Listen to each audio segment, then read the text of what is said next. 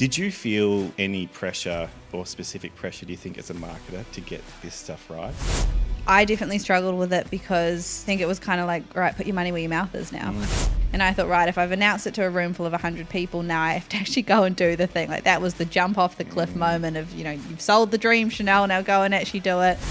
At the end of 6 months, we had 1,000 people in the community. After a year and a half, we were at about 6,000. And then 2.5 years later, we grew to 10,000.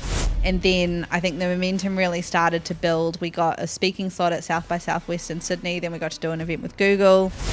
But anyway, I did it and he responded and didn't really like what I wrote. And I'm like, oh, shit. And then I'm looking and this is just blowing up, like 8,000, 12,000. And I would get maybe 1,000 impressions at most for a post, and this is just flying off the charts. The reason that I think that I had that result was because I was massively unaware of how many people were paying attention to the personal brand that I was building on LinkedIn.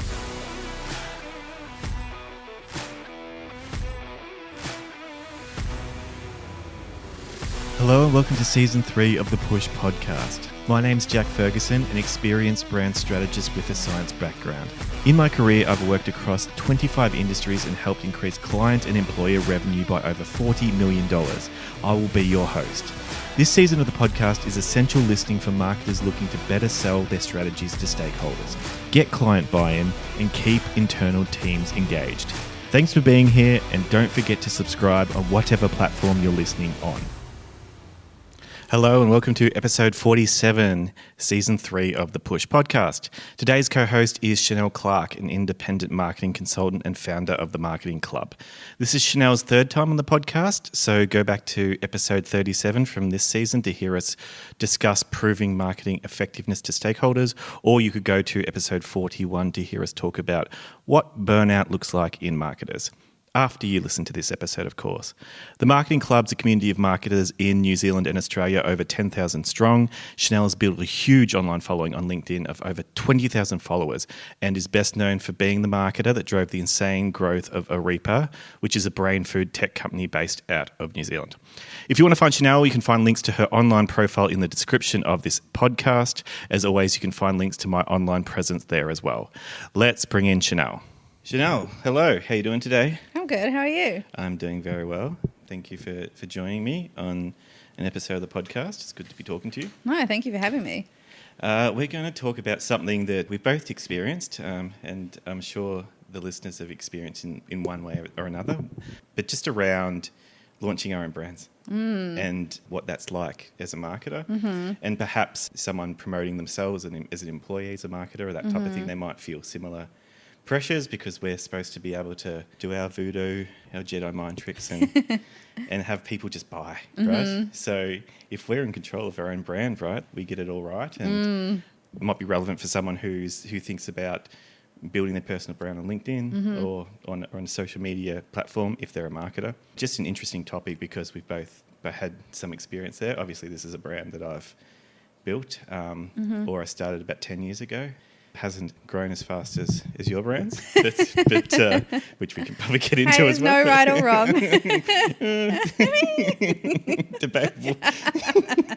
But yeah, so obviously you've launched the Marketing Club and built your own brand and consultancy around your name. Did you feel any pressure or specific pressure, do you think, as a marketer to get this stuff right? Yeah, I mean, of course, right? Like I'm suddenly marketing myself. So of course it's like, well, what does you marketing yourself look like? You're not marketing anyone else. You're supposed to know all the things you're supposed to do. I definitely struggled with it because I think it was kind of like, all right, put your money where your mouth is now. And it was like, I had to sort of look at myself of if I was the client, what am I suggesting that I do first? How do I prioritize? I think it's also really hard to have you become the product that you're supposed to talk about. I think I've spoken about this before, but it was a really hard transition for me to go from working for someone else and talking about what I do as an employee to then me becoming the thing that I have to talk about. Like I'm very good at, or I'm more comfortable being like, oh, hey, this is the brand I work for, so this is why I'm talking about it. Great product, amazing product. Yeah, and then to switch to be like, it's me, I'm amazing, this is what I offer. Like it was very much an allergic reaction to have to switch into that. I still really struggle with it. Like, to have to talk about yourself in order to put yourself out there and what you offer. You know, sometimes I'm like, oh, okay, like I'll connect with everyone on a human level first, but you know, and I lean on LinkedIn a lot for this, but when I have to suddenly switch gear and say what I offer as a consultant, I'm like, you know, writing those posts and I'm like, this is just like, you know, like trying to do that is just, it's really challenging. And I don't envy anyone else that has to do it. I don't think there's no hacks or tools or tricks. It's just like you have to get comfortable with literally talking about yourself. Yeah, and saying how good you are, what you've done, and have to keep saying it. And it does feel a bit weird because I think I've got the same perspective as I never had a problem promoting a client's or an employer's product. But then switch it to yourself and it's, And like you, easier to connect on the human level. Yeah. But then you need to sell at some point. Yeah. So, yeah, totally relate. But when you launched, maybe we'll talk about the marketing club first, but when the build up to that launch, what did you do to launch it for a start, and what was going through your head? Yeah.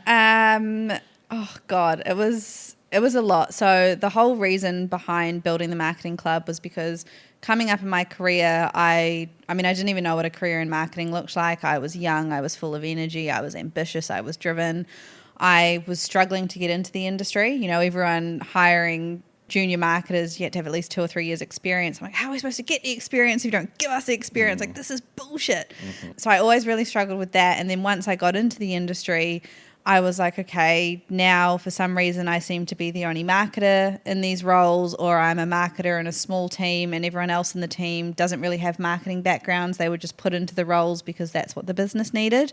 So I really struggled of what does it look like as a career in marketing? Who do I turn to for advice or feedback or support? Because I wasn't getting that from the companies that I was in.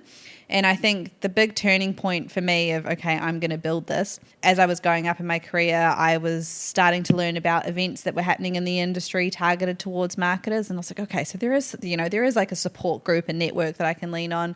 And I was going to these events. And, you know, I was often the only female. I was often the only one in my 30s.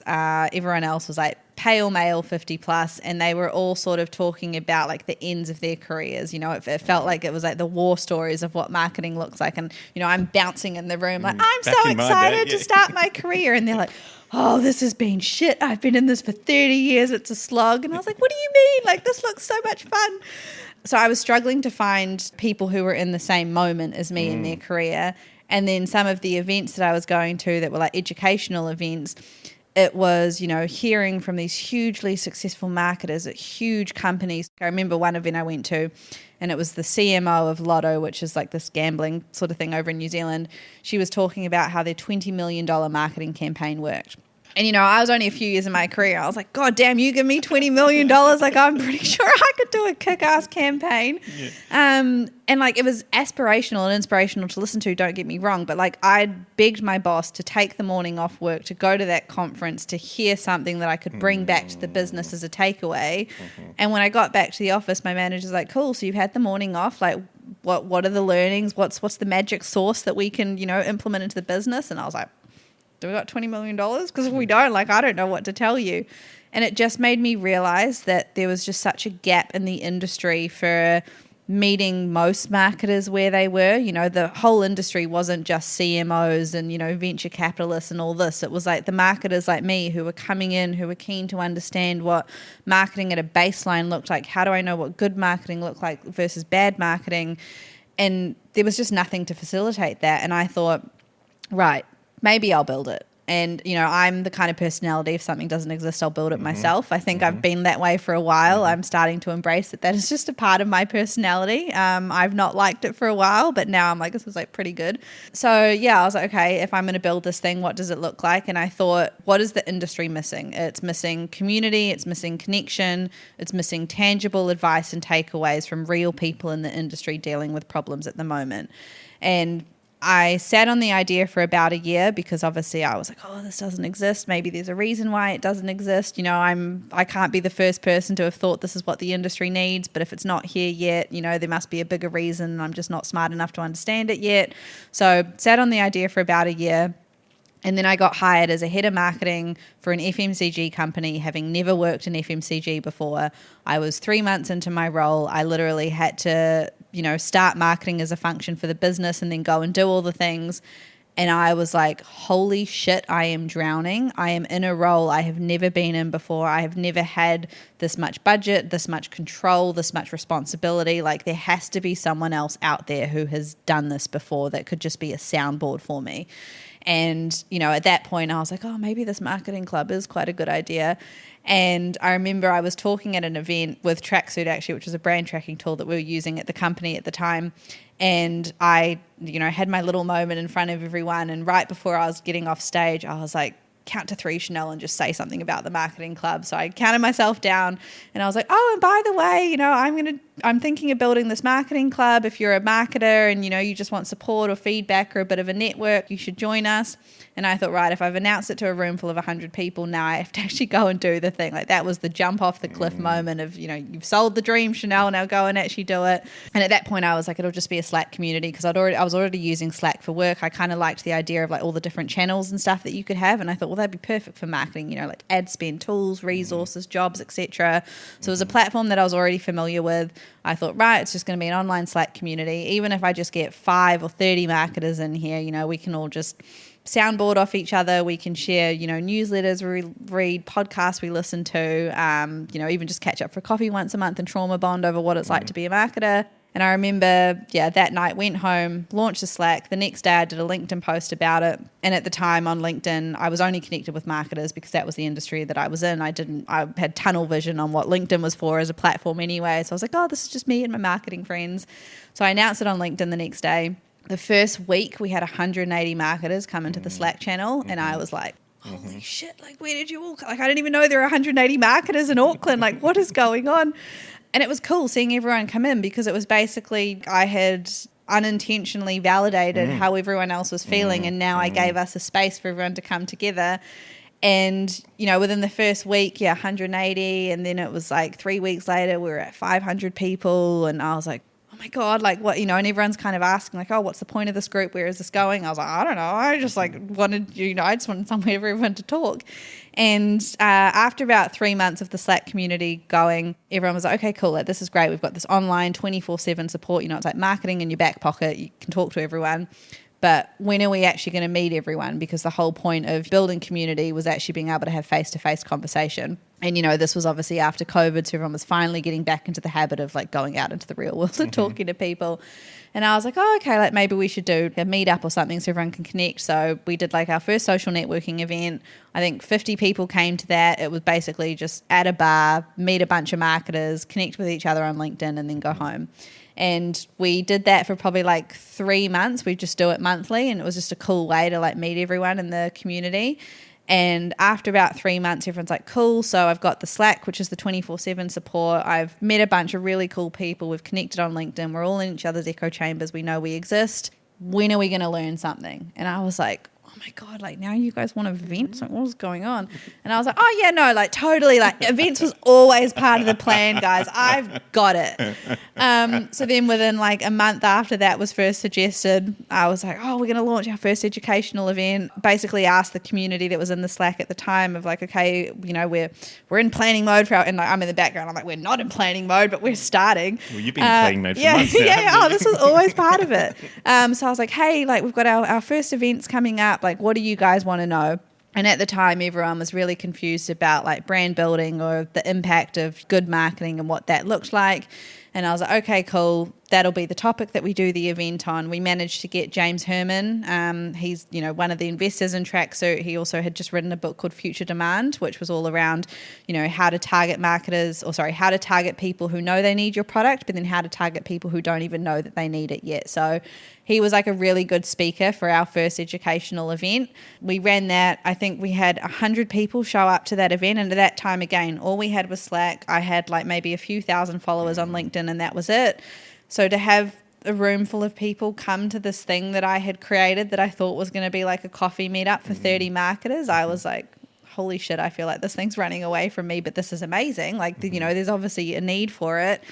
And then once we did the educational event, I think that was where the first domino started to fall, because the minute that you provide community, networking, and then education that's value, everyone's like, okay, now this actually means something. So that was kind of like the big thing that was like, okay, so now you guys do events, so you're obviously going to keep doing events, and you listen to the community and you ask questions, so now we get to build the thing that you're also building. Like, this is amazing. Yeah, that was always part of the plan. I was exactly. like, guys, like, did you not see the 5-year plan? This was it. I must have missed I forgot to attach it to the email.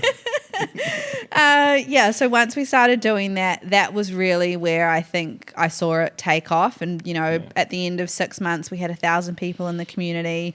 After a year and a half, we were at, I think, about 6,000. And then 2.5 years later, we grew to 10,000.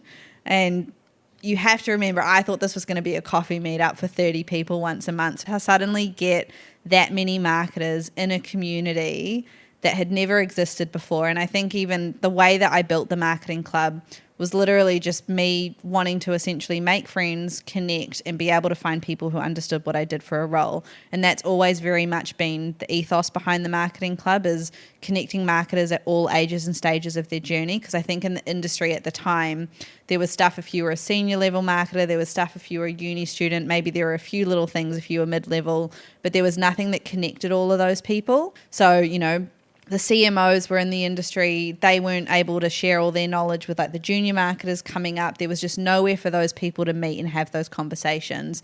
And even just different industry bases, right? There was little communities popping off for like e-com or product or tech, but it was kind of considered, if you're in e-com but we're in PR, we won't talk to you because we do different things. And I was like, what do you mean? Like, we're all in marketing, like come one, come all.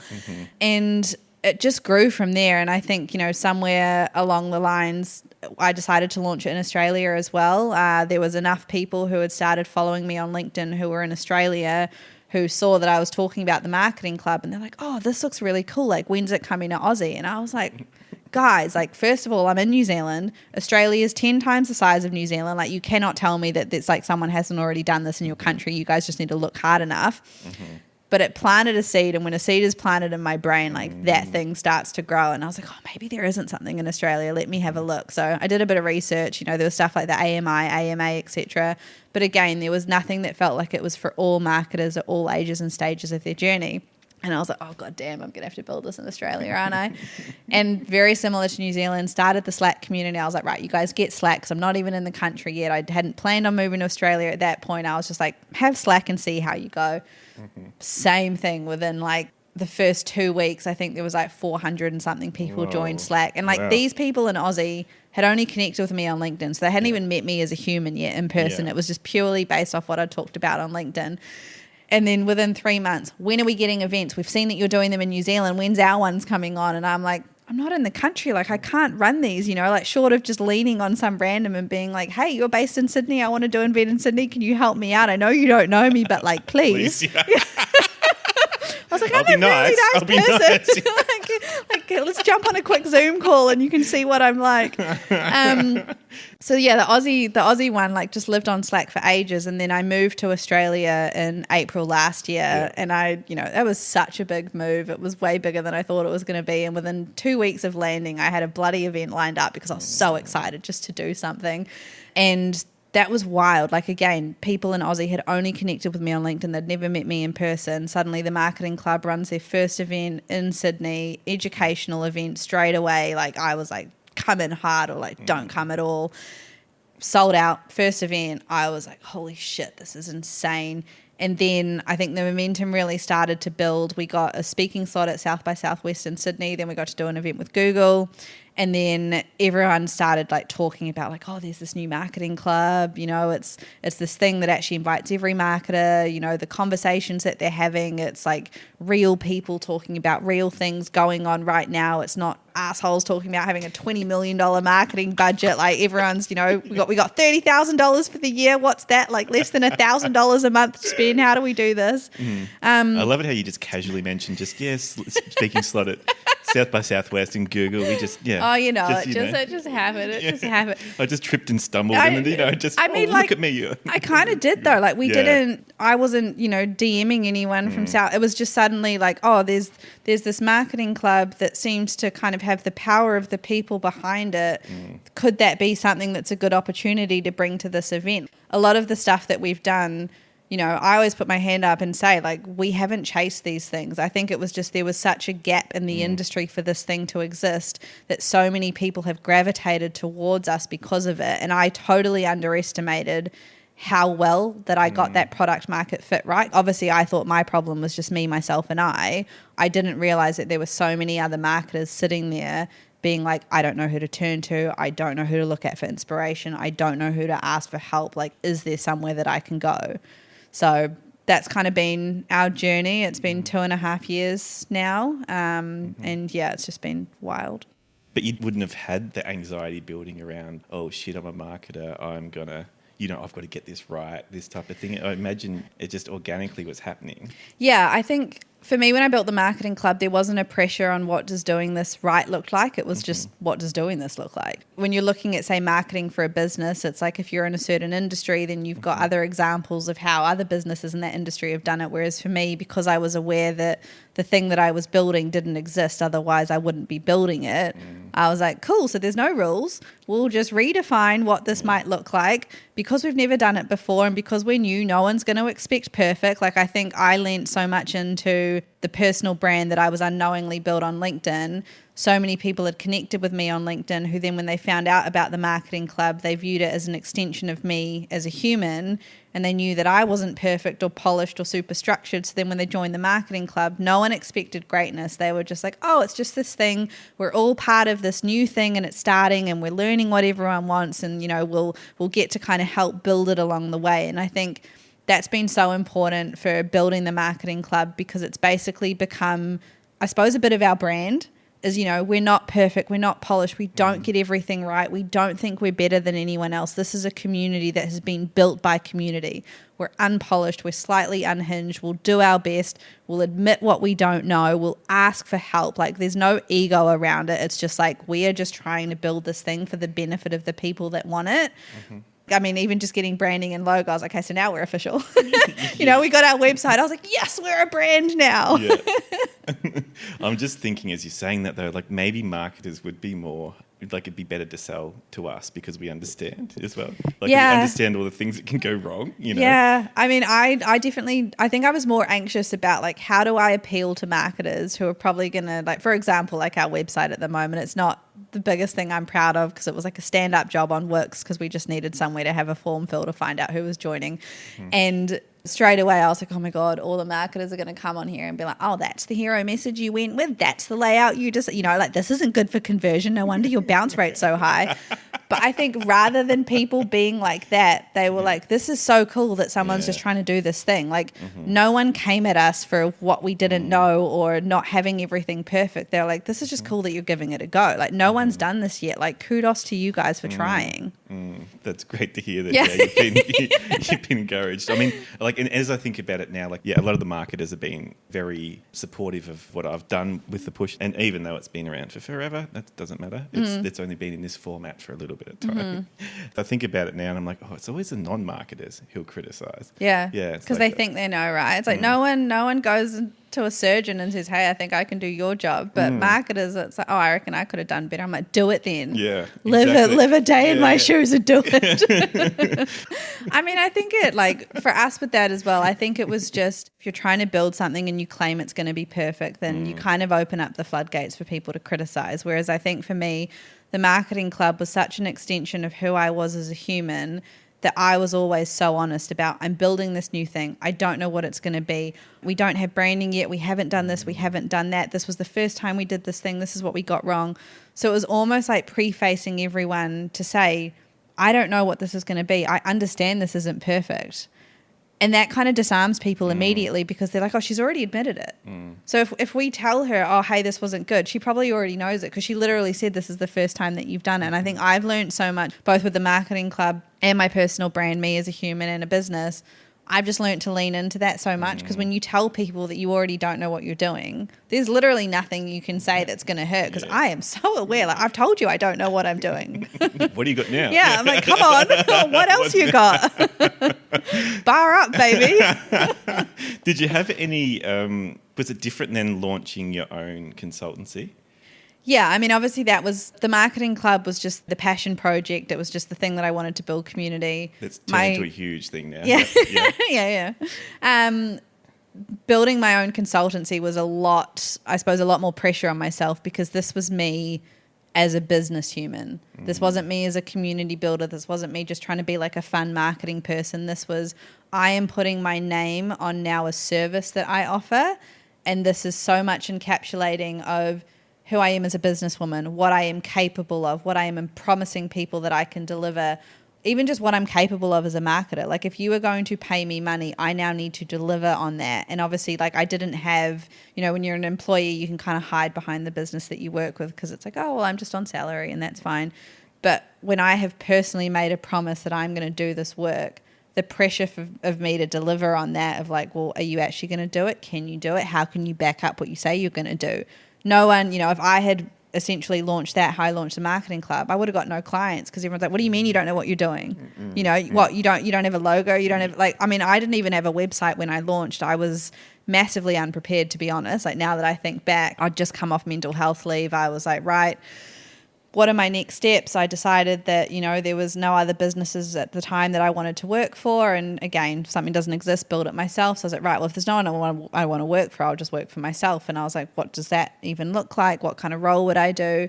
And I think based off my previous experience, I was looking at all the work that I enjoyed doing, and it was really helping businesses and brands grow from a strategic marketing level. And I remember putting into ChatGPT, I was like, these are the things I enjoy. This is what I don't enjoy. What is this role called? And it spun out all these things. And I think marketing consultant was like the one that kind of hit me the most. And I was like, cool, so that's what I am.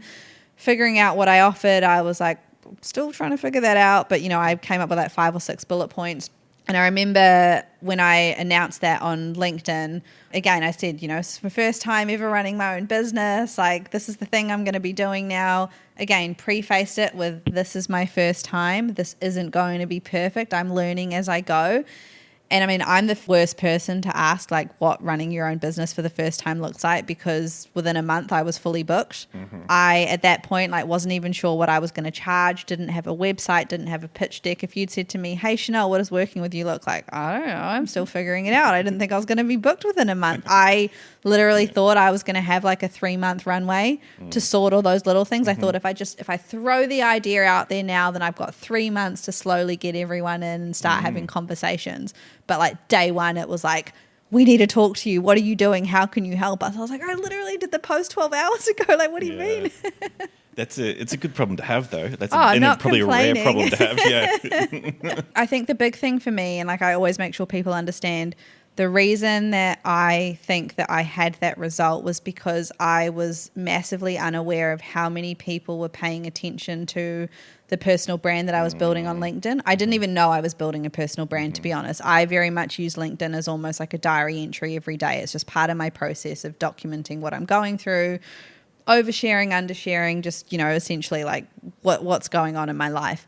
And because of the work that I had done at Arepa as the head of marketing, because I was the first marketing hire building a marketing function for a product that had never existed in a category that never existed, there was so much that I had to talk about on that journey, and I just started documenting it. Obviously I saw my follower numbers grow up, and I was like, oh God, that's weird that this many people care about what I'm talking about. But then to see that essentially build such an audience that then when I announced that I was going out on my own, that audience almost turned into potential customers. I was like, holy shit. Like I'd heard people talk about the power of personal brand before, but to me, personal brand was like, the people who run webinars and give talks, and they're like the TEDx speakers and all that stuff. To me, I wasn't aware that you could build a personal brand on LinkedIn just by showing up. And because at the time when I launched my business, I think I had about 5,000 followers at the time. It had taken me like a year or 2 years to build to 5,000 followers. So it wasn't like, I had joined LinkedIn and then suddenly everyone just like jumped on me and paid attention. It was such a slow trickle that then when I announced I was going out on my own, I had no idea that many people were suddenly going to care about what I was doing. And I think too, because I had attached so much of myself as a human as the role that I had had previously. I thought there was going to be such a negative thing that now I was leaving that role and no one was going to care anymore. You know, I was going to disappear from everyone's mind because, she's not the head of marketing at a Reaper anymore. So, you know, who does she think she is? She doesn't matter to us anymore. I didn't think people were still going to pay attention to what I was doing after that. Yeah, you've got a lot of brand equity banked up there. Yeah, like unknowingly. I was like, I'm just sharing my story about what I've been doing. And everyone, you know, now I look back, everyone's like, oh, so was that intentional? You know, did you purposely post like almost every day for 2 years to build up that brand awareness and equity? And I was like, I wish I could tell you yes. I wish I could say that was the strategy, but I was literally there just like, I've got so much to talk about. Let me just tell everyone what's going on. It's interesting. Like I reflected on the stuff I've done on LinkedIn too, and I've done a lot of trying to like teach or educate or inform, and I've put a lot of effort into some of that stuff, and it just doesn't land that often. And then I write something a bit, you know, slightly unhinged, whatever, and people love it. That's what gets traction. I guess it makes sense. It is you're a person posting on LinkedIn, so people, I guess, want to hear personal about the person. But it's been interesting at times, and I've seen it with other people too, that you can put a lot of effort into trying to make really good content, but it doesn't necessarily connect. When I first found out about LinkedIn, I hated it. I was working at an agency.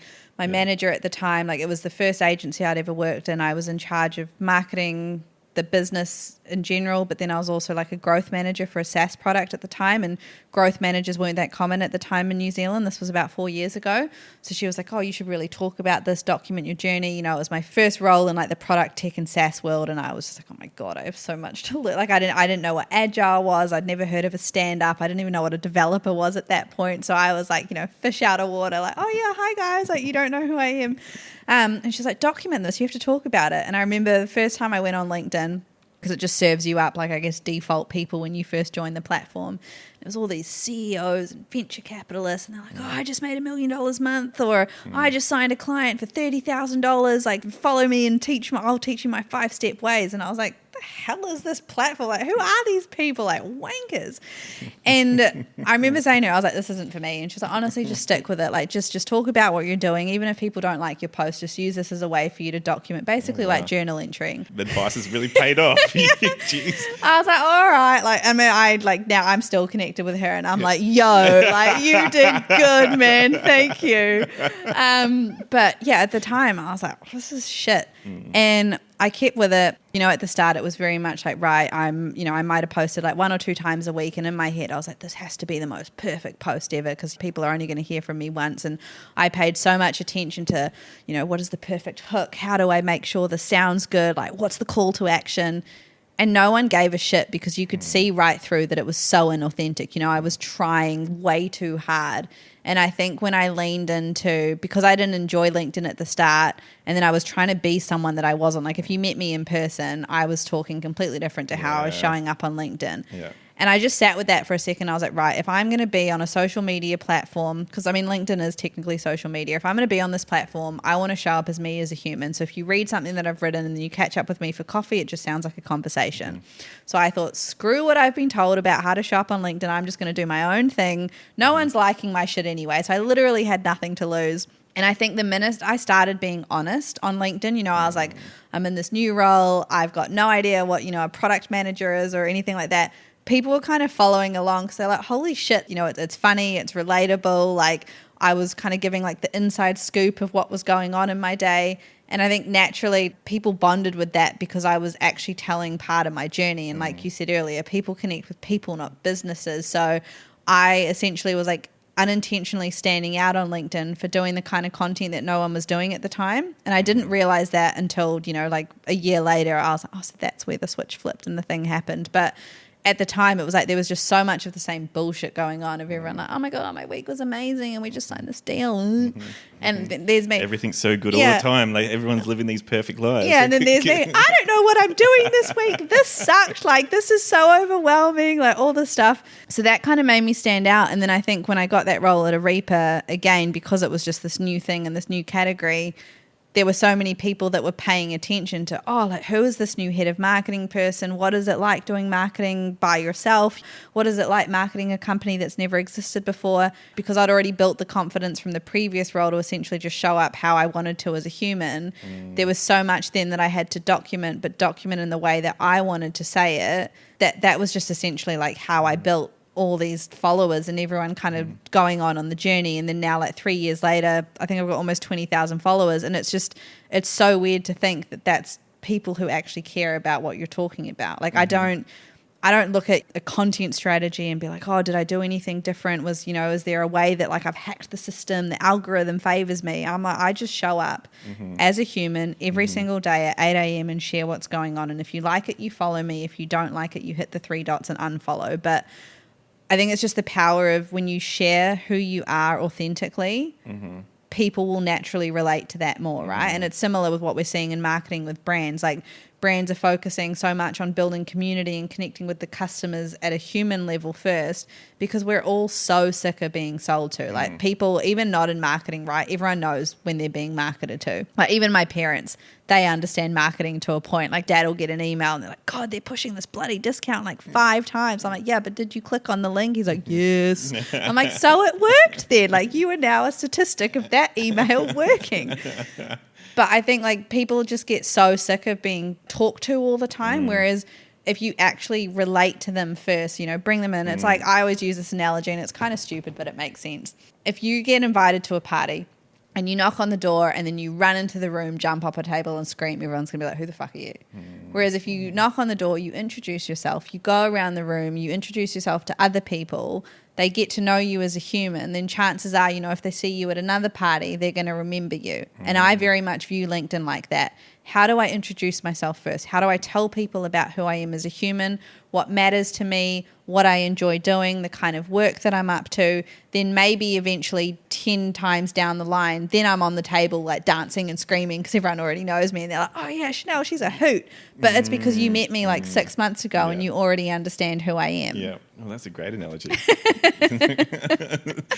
And I was thinking then about the inauthentic ways of hacking the system on LinkedIn, which I've accidentally done once. And I didn't think about it, but I half picked a fight with with Byron Sharp, actually, so the president of Ehrenberg Bass. So for anyone who's listening, like, if someone interacts with you who has a huge following in that, it can blow up your impressions on LinkedIn. And I tagged him in something for some reason. I was just trying to discuss something. Like, I actually wasn't trying to pick a fight. Yeah. But I don't know what I was thinking. But anyway, I did it, and he responded and didn't really like what I wrote. And I'm like, oh, shit. And then I'm looking, and this is just blowing up, like 8,000, 12,000. Like, and I would get maybe 1,000 impressions at most for a post, and this is just flying off the charts. For something I'm like, I don't really want to be known for picking a fight. Like, and I'm like, oh, I didn't think about this, did I? So anyway, it got up to like 35,000, 40,000. People are like picking holes in what I said and that, and I'm like, yeah, I kind of agree, but I didn't like write something to be bulletproof either. Yeah. So, that didn't feel good though. Yeah. It's interesting. Like, it got me more attention than ever, but it didn't actually feel good. Yeah, I think it's a like, I mean, LinkedIn is a funny place, right? Like, I was having a conversation with someone about this the other day, because obviously the buzzword right now is everyone needs to build their personal brand. You've got to put yourself out there, connect with the human first, all that stuff. And like, yes, that is a really good strategy, but I think it always is important to say, like, putting yourself out there is not easy. I post 6 times a week on LinkedIn. To show up 6 times in 7 days and be expected to have something to say, and not just like something to say of, oh, she told us what she had for breakfast. I mean, some people might mention that, I don't know. But, to actually have something that's worth paying attention to, it can be really hard. And I think too, like, as much as I've leaned into being vulnerable and being authentic, I have now put the pressure on myself that is the human that I need to be a lot of the time, because that's the kind of content that people expect from me. And I love that is the expectation, because I feel like I've almost like set the status quo of what good content can look like, and, people being able to connect with humans on a deeper level. But at the same time, it is not easy to always be honest about what I'm going through. Like, I remember a while ago, I think it was about 2 months ago, I did a post on LinkedIn about being a first-time business owner and everything. And like, yes, obviously, like, oh, it must be amazing that you were fully booked within a month. I had 110 people reach out, all this sort of stuff. But it's like, yeah, that was the hype story, absolutely. But what most people also don't know, and this was what the post was talking about, is it's like the sleepless nights, the doubting yourself, the imposter syndrome, the not knowing what to do next, the not knowing who to reach out to for help. I lost $80,000 in my first year of business because I chose a shit marketing coach. I had contracts fall through that I had like miswritten, and they basically took advantage of that. There were so many mistakes that I made along the way, and to essentially feel almost obligated to admit those mistakes because that is the persona that I have built on LinkedIn. It is forever a standard I'm going to hold myself because I see the value of doing that, because so many people choose to be like, oh, well, I'll just share the good stuff. And I'm like, yeah, but it's the shit stuff that we bond over that changes the expectation of the next generation coming through. And I think a big thing for me with how I choose to show up, when you've got the amount of followers that I do, like not in a wanky way, but it is a responsibility that is on me of like, is what I am sharing truthful, or is it going to feed into a narrative that, shouldn't exist? And I've always been very intentional of, at no point do I want anyone to look at my career or my journey and be like, oh, that was so easy for her. That was an overnight success for her. Look at how well she did. I have always made sure and been very intentional that I have documented and been honest about my journey, because it has not been easy. It has taken me 11 years to get here. I have been pushed down more times than I have been pushed up. It has been a huge amount of work for not always a lot of payoff, and I have never wanted to feed into that narrative of her career looked so easy because she only spoke about the highlights. Yeah, you're saying that the double-edged sword of that is the low lights are so hard to talk about at times. Yeah, I mean, don't get me wrong, it gets easier. Like there's things now, shit stuff happens and I'm like, oh, I guess that's going to be a LinkedIn post and ha ha ha. But there are times where I'm like, should I post that on LinkedIn? Like when I admitted losing $80,000, any potential client could have looked at that and been like, oh, she doesn't know what she's doing. How do you lose $80,000 in your first year of business? You failure. Like there's so many ways that things like that could blow back.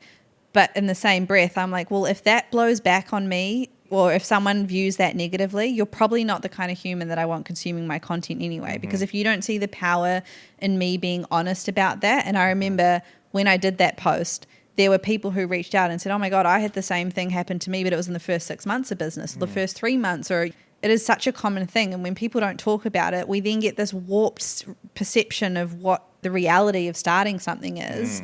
And I think that's kind of the thing that I'm like, how do we break the wheel? It's so dramatic, but I'm like, how do we stop? Game of Thrones fan? I'm literally in season 8 right now. Oh, shut up. I won't say anything about it. Oh no, I'm repeat. Well, this is like the third time I'm watching right it. Yeah, I ran out of Netflix shows. But no, like honestly, I'm like, how do we break the wheel of thinking that these success stories are the only way of doing stuff? I've always wanted to, if I died tomorrow, touch wood, but if I died tomorrow, I would hope that someone would look at the journey that I've had and being like, oh, okay, so there wasn't a right way to do it. Nothing was linear. Everything had to be fought for. You're allowed to reset the status quo and challenge what people think normal looks like. Yeah, that is an interesting point, isn't it? Because I think I've definitely felt the pressure to do things a certain way at times. That there's some narrative sitting in your head somewhere that you've got to do it this way. Yeah, I think though that's good like to shake that though. Yeah, I think though like it's just comparison, right? Like when I launched my business, everyone thought I was like absolutely unhinged, that I didn't have a website, that I hadn't prepared a pitch deck, that I didn't even know what I was charging yet. Obviously, I didn't think I was going to be that busy, so I, in my head I was like, I've got 3 months to plan this out, guys. Like this will be fine. Yeah. But at the same time, I was so sick of all the noise of what everyone else had done in their way of doing it, and I was like, what does my way of doing it look like? I'm not a professional. Yes, I'm asking people for help, but at some point you just have to jump and figure it out as you go. And I think even with people that I've spoken to recently who've been asking advice around starting your own business, I'm like, just trust your gut, do what you think you can do. And like even with my journey, I've only just got a website 2 weeks ago. So I've operated as a marketing consultant for 18 months, been fully booked for almost all of those 18 months, and only ever had LinkedIn as a channel to contact me on. There was no other way you could have found out about me other than LinkedIn. So it's like there is an example of you do not need a website to be able to run a business. You can fully rely on personal brand, word of mouth and referral. Sure, maybe right now I'm like one of the crazy ones that's done that. But, maybe someone else hears that and they're like, oh, well, Chanel did it, so I don't need to do it. And then that person has 3 other people that do it. And then suddenly it becomes this new thing of, well, all those people did it without a website, so I don't need to have a website. Yeah, I mean, it's pretty powerful, like to give people permission to just do it their way too. I think that's cool. And if anyone, like as you're saying this stuff and things not having to be perfect, if you're listening on audio, Chanel's like got this microphone like that's sort of behind a couch. The stand isn't long enough to have in front of her, so I had to put it behind it, and it's kind of leaning over. You'll be able to see it if you're on video. But speaking of not everything having to be perfect, I'm looking at you and I'm like looking at the microphone stand behind you, beside you. I'm like, yeah, about that. You've got to start somewhere. Can I still say that 80 episodes later? Maybe. It's our first one, it counts. But yeah, amazing. Thank you for taking the time again. If people are looking to find you somewhere, you've got a website now. So I do have a website. You can push them in that direction. Website is chanelclarkmarketing.com. Very original. Otherwise, just LinkedIn. Always on LinkedIn. Yeah, I was expecting that one to be in there. But, shocking. But thank you so much, Chanel, for taking the time to chat today. No, thank you for having me. So many people will get a lot out of that. So much appreciated. Thank you. Thanks for listening to this episode of the Push Podcast. Please remember to subscribe, and if you are enjoying the episodes, please leave a review of the podcast on your platform of choice. It really helps to build the podcast credibility and to help others find this type of information.